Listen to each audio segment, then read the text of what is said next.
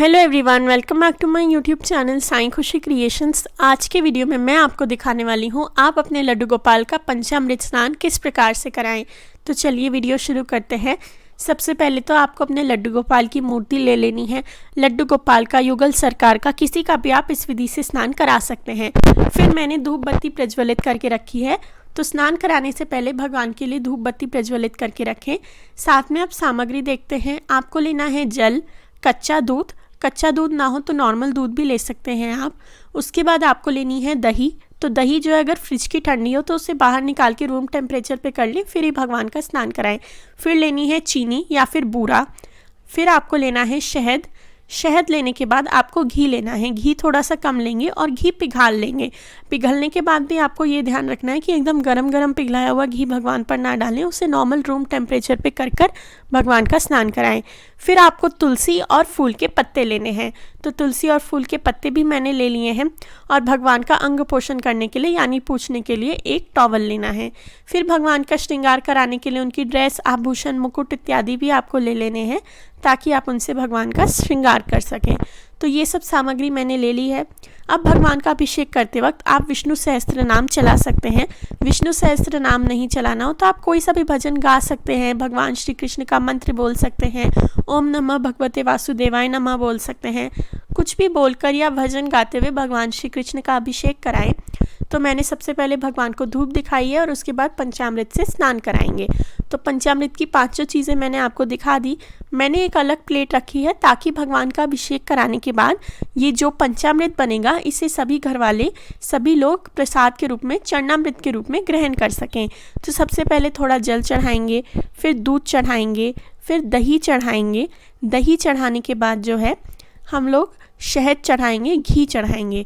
तो घी में पिघला के ले आई हूँ। घी में आप उंगली डालकर देख लें, ज़्यादा गर्म घी नहीं होना चाहिए। तो इस प्रकार से अभिषेक कराएंगे भगवान का। थोड़ा सा ही घी डालेंगे क्योंकि ज़्यादा घी से मूर्ति चिकनी हो जाती है। घी लगाने के बाद शहद लगाएंगे। तो शहद डालने के बाद अब लास्ट में चीनी चढ़ाएंगे। तो चीनी चढ़ाने के बाद आप अपनी मूर्ति को भगवान की थोड़ा सा मल सकते हैं ताकि सारा जो भी पंचामृत, शहद, घी इत्यादि है वो मूर्ति पर से हट जाए। अब जो भगवान का अभिषेक वाला पंचामृत जो अब चरणामृत बन गया है उससे सभी घर वाले प्रसाद के रूप में ग्रहण कर सकते हैं। तो लास्ट में मैंने चीनी चढ़ाई है। चीनी से ज़्यादा ज़ोर से ना मले भगवान को, धीरे हल्के हाथों से ही मलें। और उसके बाद ये पंचामृत एक कटोरी में निकाल कर सभी घर वाले ग्रहण करें। तो इस प्रकार आप अपने युगल सरकार का, कन्हैया जी का, राधा रानी का, शालिग्राम जी का, किसी का भी इस विधि से अभिषेक करा सकते हैं। विष्णु सहस्त्र नाम चलाना सबसे ज़्यादा अच्छा माना जाता है अभिषेक के दौरान, पर आप कोई भी भजन गा सकते हैं, मंत्र पढ़ सकते हैं जैसा मैंने आपको बताया। तो अब ये जो चरणामृत है इसे एक कटोरी में निकाल लेंगे और उसके बाद इसमें तुलसी मिलाएंगे। तो मैंने यहाँ एक कटोरी में निकाल लिया है। कटोरी में निकालने के बाद इसमें तुलसी मिला लीजिए और तुलसी मिलाने के बाद इसे सबको प्रसाद के रूप में दे दीजिए। तो यहाँ पर पंचामृत तैयार हो गया है, चरणामृत तैयार हो गया है। आप भगवान का सादे जल से, आप गंगा जल भी ले सकते हैं, कोई भी शुभ नदी का जल ले सकते हैं, सादे जल से कराएंगे भगवान का अभिषेक। तो इस प्रकार से अच्छे से मलकर भगवान का स्नान करा दीजिए। उपटन स्नान की विधि भी मैंने मेरे चैनल पर बताई है, आप भगवान का उपटन स्नान भी करा सकते हैं। तो अच्छे से सादे जल से स्नान कराने के बाद पुष्प स्नान कराएंगे, यानी फूल के पत्तों से भगवान का स्नान कराएंगे।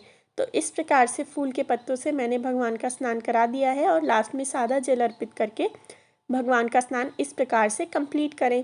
तो अब भगवान का स्नान कराने के बाद उनका अंग पोषण करेंगे, यानी उनको साफ कपड़े से पोंछेंगे। तो जो भी आपका पूजा का टॉवल होगा वो आप ले सकते हैं, या फिर कोई नया रुमाल हो तो वो आप ले सकते हैं भगवान का पूछने के लिए। अब ये जो जल है, इस जल का क्या करेंगे, इसे आप पौधों में डाल सकते हैं, अपने घर में थोड़ा सा छिड़क सकते हैं और घर में छिड़कने के बाद इस जल को पौधों में डाल दीजिए। तो पौधों में जल डालने के बाद अब आपको अच्छे से भगवान को पोंछ लेना है हल्के हाथों से। और उसके बाद पूरे शरीर पर भगवान की इत्र मालिश कर सकते हैं, तेल मालिश कर सकते हैं। काफ़ी लोग भगवान को तेल भी लगाते हैं, तो आप नारियल का या बादाम का तेल लगा सकते हैं। मैं यहाँ इस प्रकार से इत्र मालिश कर रही हूँ। तो इत्र लगाएंगे लड्डू गोपाल को। आप उन्हें चंदन का इत्र लगा सकते हैं, जो भी इत्र लगाना चाहें वो इत्र भगवान को अर्पित करेंगे। और अब इत्र लगाने के बाद भगवान को उनकी ड्रेस पहनाएं। तो इस प्रकार से जो भी जन्माष्टमी के लिए या अन्य दिन के लिए आप जो ड्रेस लाए हो भगवान की, वो भगवान श्री कृष्ण को धारण कराएं। ड्रेस पहनाने के बाद जो है भगवान को माला पहनाएंगे, हार पहनाएंगे, कंगन पहनाएंगे, उनके जो बाल होंगे, केश होंगे वो लगाएंगे और उसके बाद उनको मुकुट पहनाएंगे। साथ में लड्डू गोपाल के श्रृंगार में जो है बंसुरी यानी बांसुरी का भी बहुत महत्व होता है, तो लड्डू गोपाल के हाथ में बांसुरी भी ज़रूर से दें। तो ये हार मैंने घर पर ही बनाया है। आप घर पर बनाकर या मार्केट से लाकर जो है लड्डू गोपाल को हार पहनाएं। हार पहनाने के बाद आप वैजंती माला हो तो वो भी भगवान को पहना सकते हैं। फिर मैंने हाथ में कंगन पहनाए हैं। नज़रिया भी ऑलरेडी लड्डू गोपाल ने पहन रखी है तो मैंने कंगन पहना दिए हैं।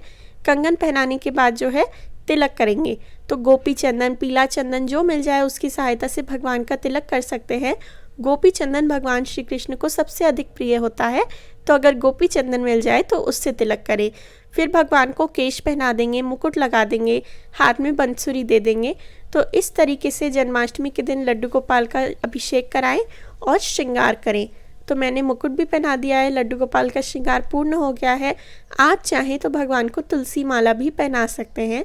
इसके बाद भगवान के हाथ में मुरली दे देंगे और साथ में तुलसी भी ज़रूर से रखें भगवान के पास। तो इस जन्माष्टमी इस प्रकार से अपने लड्डू गोपाल का पंचामृत स्नान कराएं और फिर श्रृंगार करें।